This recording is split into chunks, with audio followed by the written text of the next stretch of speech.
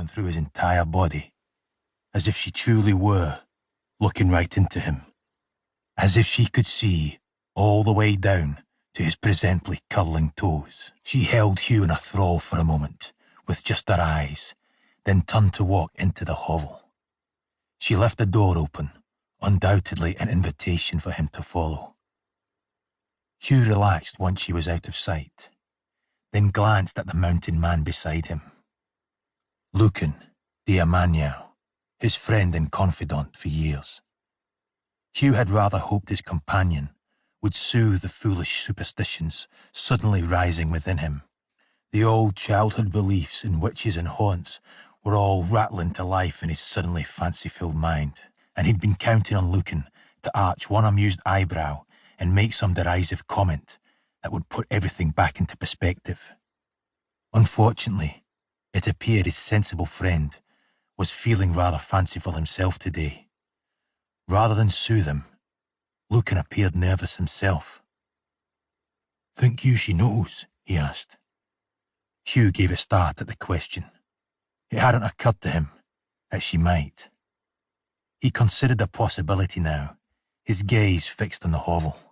"Nay," he said at last. "How could she?" "Aye," Lucan agreed, with less confidence as they dismounted. "How could she?" The old woman was fussing over the fire when they entered the shack. It gave the two men an opportunity to survey their surroundings. In contrast with the filthy and dilapidated state of the outside of the cottage, the inside was clean and quite homey. Flowers sat in a wooden bowl in the centre of a rough-hewn table at one end of the room, while a narrow cot was pressed up against the wall opposite. A fire was built into the wall across from the door, and it was here the woman stood, stoking the flames. Once satisfied, she moved back to the table and collapsed upon one of the 3 chairs, then waved Hugh and Lucan to the others. After a barely noticeable hesitation, Hugh took the seat opposite the woman, placing his back to the door. Lucan took the seat adjacent to her, leaving him a clear view of the door should anyone enter. They then waited expectantly for the woman to ask their reason for coming. Instead, she took the wine flask from the centre of the table and poured 2 mugs full. Ignoring Lucan, she pushed one to Hugh, then lifted the other to her mouth. For want of anything better to do, Hugh drank. He was immediately sorry. The wine was bitter, scraping across his tongue. Doing his best not to show his distaste, he set the almost full tankard back on the table's worn surface.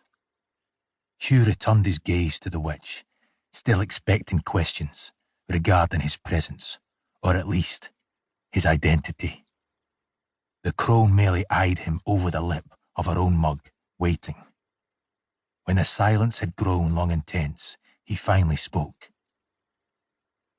"I am Hugh Dulonget, the 5th Earl of Hillcrest." He gave a start as she finished the introduction for him.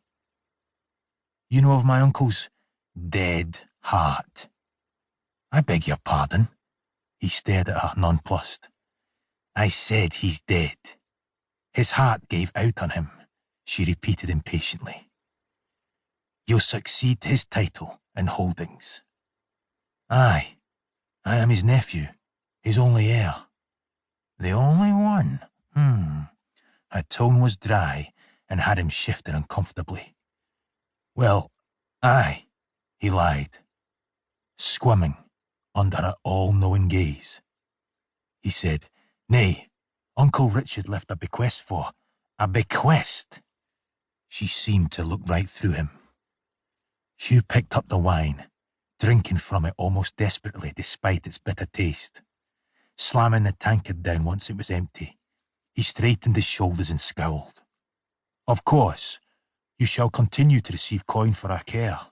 Her, the girl, this Willa person my uncle was so concerned with."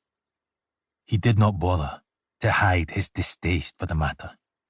"Coin for her care, Hugh swallowed and felt his discomfort increase. Her steady stare was disconcerting.